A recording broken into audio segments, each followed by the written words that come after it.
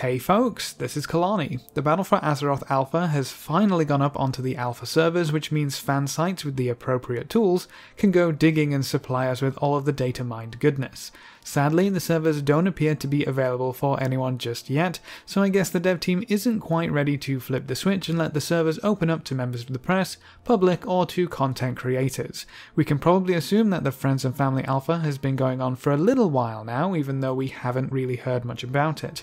There's a lot of info coming with the data mining, more than I would have expected for the first build uploaded to the servers. Either way, let's have a look at what the alpha timeline might look like, as well as some of the cooler updates that could be coming with Battle for Azeroth. Bear in mind, this is the first build we've been exposed to, so everything is subject to change and might not reflect the finished product. Let's start with the timeline. It looks like no one was invited to the alpha, so it's just the data going up on servers, so it's all ready for when the invites do eventually go out. As I said, the Friends and Family Alpha has probably been going on for a while, and I hope it has, because that always comes first. If they haven't started up Friends and Family, and this is their actual first step, it's going to be quite a while before the servers go public. I'm a little surprised we haven't heard too much about the progress of Battle for Azeroth, but maybe they've gotten better with clamping down on potential leaks. But if they're starting to ramp up for the public to get their hands on the alpha, we might still have a few weeks to wait. A Reddit user tied to the Icy Veins website said they usually ask for staff emails a few weeks in advance of the server's opening, and they haven't received that request yet. I would say it's safe to assume that the popular fan sites will still have priority access to the alpha, so they can really get the hype train rolling, so when they get invited, I guess that's kind of the cue for everyone else. I'm excited to see what happens in the next few weeks and whether or not we'll see more updates to the alpha server before things go live, or if this is everything we've got to work with when the first wave of invites go out. Either way, I can barely contain my excitement.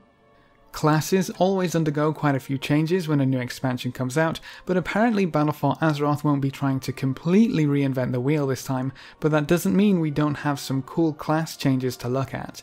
There are way too many to go through individually, but quite a few classes have previously removed abilities reintroduced, which includes raid-wide buffs like Arcane Intelligence, but also CC effects like Soothe and Hibernate for druids.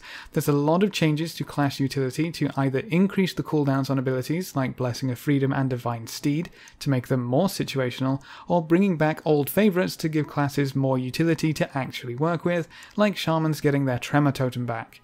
Most classes have had their talents rearranged, and while some don't seem to have changed too much like mages, others have gotten the treatment you would expect from a new expansion. A great example is Hunters, which have had quite a few problems throughout Legion. There seems to be a huge change coming to survival and how it's being designed to play, with both ranged and melee attacks.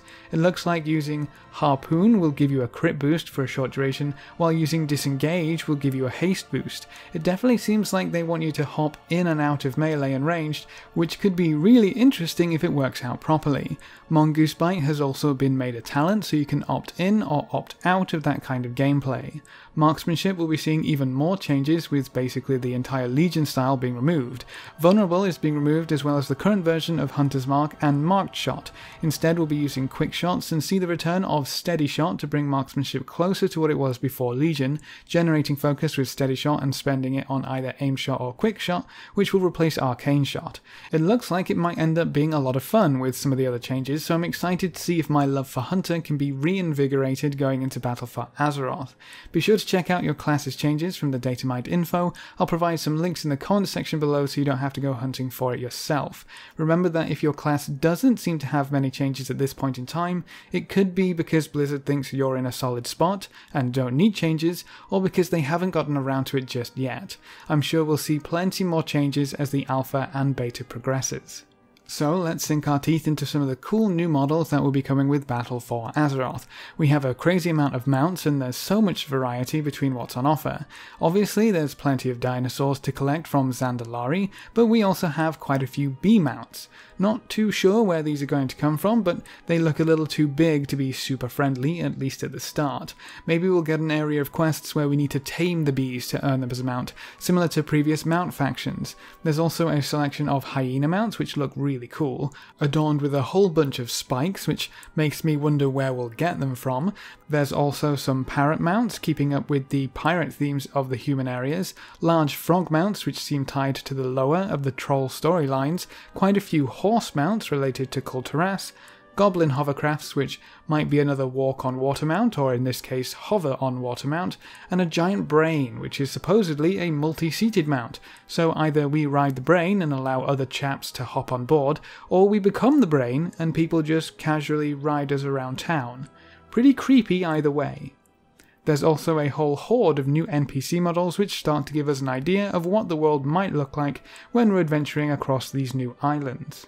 We have models for key characters like Anduin, who is looking pretty grown up and just a little grown out, if you know what I mean, who comes packing with a super special horse all of his own. There's also the Jaina models, which come in the hooded and non-hooded versions, I guess depending on how gloomy she's deciding to be at the time, or whether or not it's raining. There's a model for Bwonsambi, which suggests we're going to be doing a whole bunch of troll voodoo fun stuff in our search for answers to the end of Vol'jin's story, as well as models for prominent NPCs like Jaina's mother, the Zandalari Troll King, and Princess. There's a variety of blood troll models available for previewing as well, which all look pretty awesome. I'm both looking forward to and a little bit scared of seeing those models in game.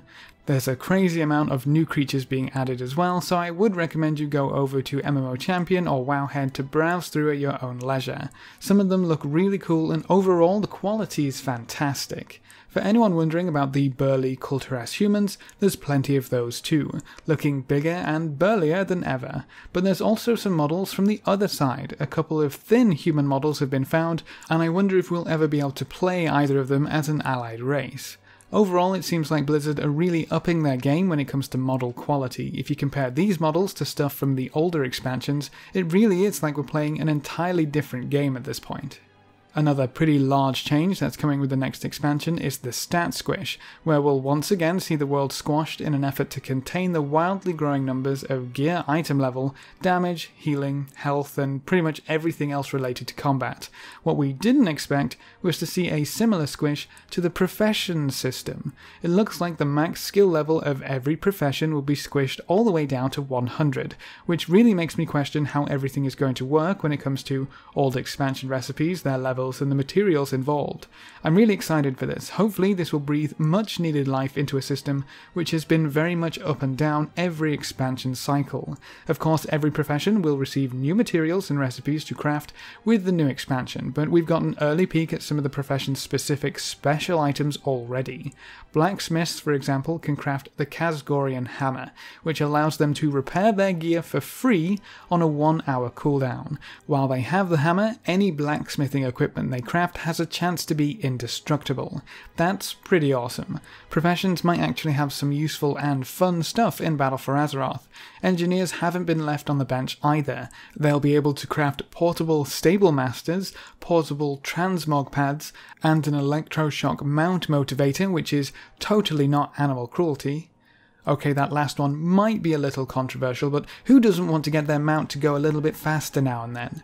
Scribes will be able to craft contracts, which allows you to gain reputation with the various factions by completing world quests. These are definitely going to be sought after, and leatherworkers can craft scuba gear, which is useful for anyone who isn't a druid, I guess.